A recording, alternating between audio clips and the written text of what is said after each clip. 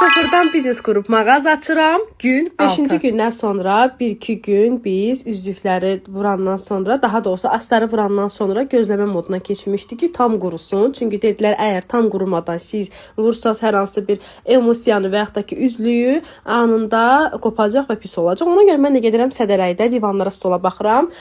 Daha sonra gedirəm Riyada. Amma sözün düzünü desəm, sədərəkdə istədiyimi tapdım. Riyadda daha çox evlər üçündür. Bəlkə də mən tapmadım. Ofisə lazım olacaq və ya mağaza lazım olacaq divanları və stolları. Burada bu divanı bəyənirəm, amma bu ev üçün daha gözəldir, nəinki ofis üçün. Burada bu mağazaya girirəm, girdiyim kimi də çıxıram, çünki çox bahalı idi, mənə uyğun deyil. Biz biznesimizi sıfırdan qururuq və ən minimal büdcə edəcəyik hər şeyi. Bu digər mağazanı ümumiyyətlə bəyənmədim arasın və ümumiyyətlə biz arada 1-2 gün gözlədiyimizə görə artıq bizim astarımız qurulmuşdu.